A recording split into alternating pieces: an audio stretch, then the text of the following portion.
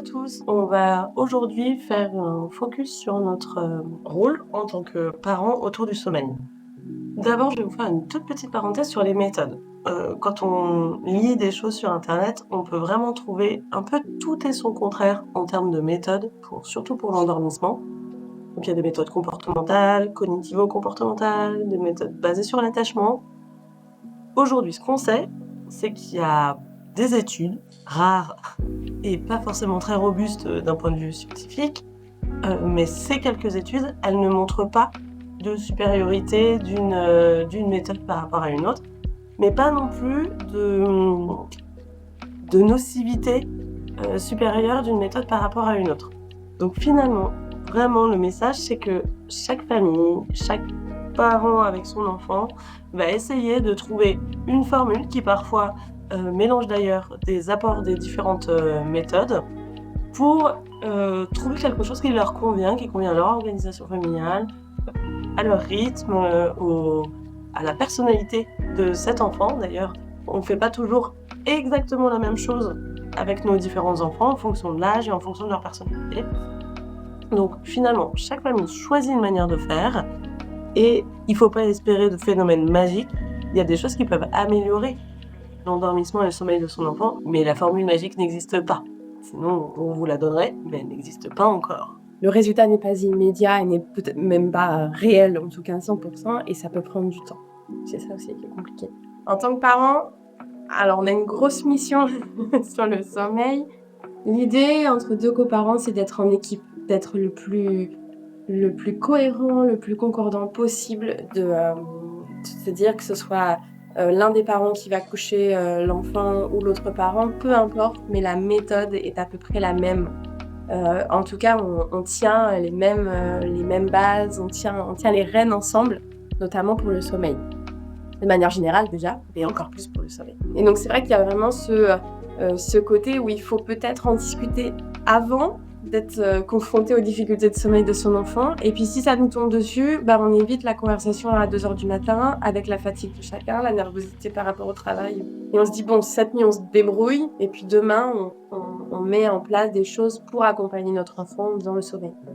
Donc voilà, la solution de milieu de nuit avec des tensions ne pas la meilleure. Oui, l'idée c'est vraiment d'en discuter plutôt de jour, plutôt à tête reposée, à tête reposée des quelques heures seulement de la nuit, mais en discuter à tête reposée et essayer de se mettre d'accord sur ce qu'on va faire et d'essayer de trouver une espèce de compromis entre les parents pour être en accord et à l'aise avec ce qu'on choisit. Parce que si on essaye d'appliquer des préceptes, ou en tout cas des choses avec lesquelles on se sent pas à l'aise, ça peut être aussi délicat parce que c'est pas congruent en fait entre ce qu'on pense et ce qu'on fait, et autant dire que nos enfants s'en rendent assez facilement compte. Et puis même en parler avec notre enfant, à tête reposée aussi dans la journée, de dire voilà, ce soir c'était quand même pas évident. Peut-être ce soir on va t'accompagner, on va faire différemment, on va essayer des choses pour que lui soit pas surpris non plus. Et que ce soit pas une forme de punition ou de changement parce que la nuit s'est pas bien passée, mais plus pour que ça se passe mieux, on va en discuter ensemble et mettre en place des choses en famille, du coup, en équipe. Et c'est vrai que notre discours va avoir une importance fondamentale aussi pour les enfants, notamment d'avoir un discours plutôt positif sur le sommeil. Alors on a tous notre rapport au sommeil, on peut être tous des grands insomniaques ou des vraies marmottes. Voilà, chacun gère son sommeil comme il peut. Mais l'idée, c'est de montrer à notre enfant à quoi ça sert, que c'est utile aussi qu'on aille dormir, que c'est pas une punition d'aller se coucher, que c'est pas parce qu'on en a assez de voir sa petite tête, parce que justement, il en a besoin. Et puis, que dormir, ça sert à avoir plein d'aventures le lendemain, à apprendre, à grandir. Et je pense que notre propre rapport au sommeil va forcément influencer celui de notre enfant aussi. Sinon, c'est angoissant. Si on dit, quand je dors, je perds du temps, je fais pas la sieste parce que ça me fait louper des activités. Enfin voilà, notre enfant va forcément réagir en mimétisme par rapport à ça. Et on peut aussi, de notre côté, exprimer nos besoins. On encourage nos enfants à le faire. Est-ce que tu es fatigué? Est-ce que tu vas aller au lit? Peut-être qu'il n'en a aucune idée et qu'il sait, s'il dit oui, il va arrêter de jouer et du coup, moyen chaud.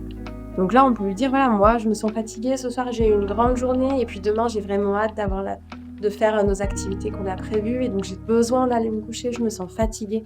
Là, je vais aller me coucher. Donc c'est important aussi voilà, d'avoir ce discours-là en tant que Mmh. parent auprès de nos enfants. Et on peut le faire aussi sur verbaliser les signes de fatigue qu'on voit sur son enfant. Dire là, je vois que tu es fatigué parce que je vois que par exemple, tu vois, tu te frottes les yeux ou de dire c'est plus difficile pour toi là de gérer tes émotions. Donc en fait, je vois que c'est de la fatigue ça. C'est pas parce que tu veux pas, c'est parce que tu es fatigué, tu vois. Quand on est plus reposé, ça permet de mieux gérer ça. Et vraiment de verbaliser pour l'accompagner, pour qu'il soit capable de voir sur lui ces signaux de fatigue à terme et qu'il fasse le lien entre je me sens comme ça, là, je vois bien que j'arrive pas trop à gérer, que tout me contrarie un petit peu. En fait, c'est parce que je suis fatiguée. Et après, on peut avoir des enfants qui disent là, en fait, je suis fatiguée et qui disent pas forcément je veux aller me coucher, mais en tout cas, qui peuvent verbaliser le fait qu'ils soient fatigués le plus possible. C'est important de distinguer le sommeil ou en tout cas le coucher d'une mise à l'écart. Parce que justement, quand ils sont chouin-chouin, grognons et que ça devient difficile le soir parce que voilà, la fatigue fait que les comportements sont moins sympas, on peut avoir tendance à dire oh là, c'est pénible, on va au lit. Et du coup, il y a une espèce d'association entre mauvais comportement ou comportement qui est plaisant pour les parents à la mise au coucher.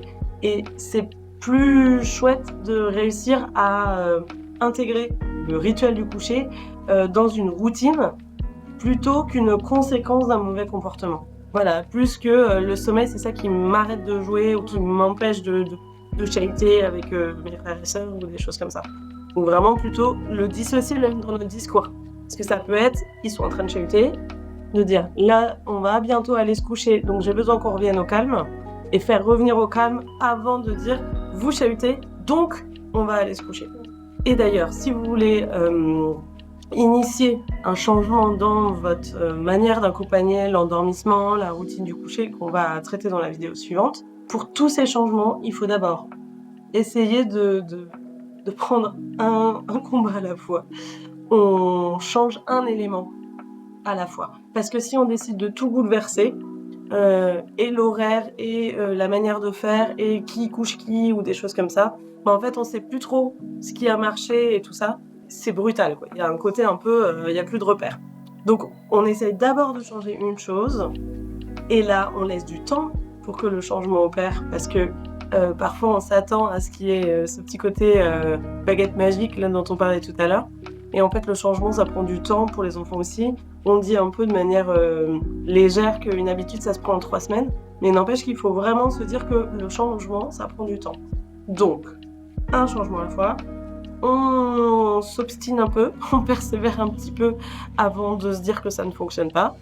On accepte le fait, que ça ne fonctionne, que ça ait fonctionné, ça ne fonctionne plus, mais peut-être que ça va refonctionner aussi. Exactement, malheureusement, on peut pas fournir autre chose, c'est pas linéaire. Il y a des manières de faire qui peuvent ne pas fonctionner ou qui peuvent régresser parce qu'en fait, c'est un moment où il se passe plein de choses dans la vie de l'enfant et un enfant qui a très bien dormi, qui dort très bien depuis des mois, qui fait des marches arrière, se réveille la nuit ou à nouveau des pipis olives, des choses comme ça. Ça arrive en fait et ça arrive à beaucoup d'enfants. Je veux pas faire de généralité genre à tous les enfants, mais à beaucoup d'enfants. Pareil pour initier un changement, on essaye d'attendre d'être disponible soi-même en tant que parent. Donc, c'est pas facile parce que j'allais vous dire plus reposé. Et donc, quand il y a des problèmes d'endormissement ou de sommeil des enfants, en tant que parent, on est moins reposé. Mais quand même, d'attendre le moment où on se sent disponible pour accompagner ces changements-là, qui peuvent prendre du temps, qui peuvent faire qu'il y a d'autant plus de rappels ou des choses comme ça parce que c'est un changement. Donc, ça crée une perturbation, entre guillemets. Donc, voilà, physiquement et mentalement, il faut pouvoir s'analyser soi-même et se dire là, j'arrive dans une phase où je me sens plus disponible. Si vous n'êtes pas, on n'initie pas de changement. C'est un peu voué à avoir un sentiment, en tout cas, d'échec en tant que parent et puis à avoir du mal à le gérer, à le vivre. On se retrouve dans l'épisode 5. Ça va davantage être sur comment on favorise ce sommeil réparateur avant le coucher, au coucher. Ouais, c'est dans l'épisode 5.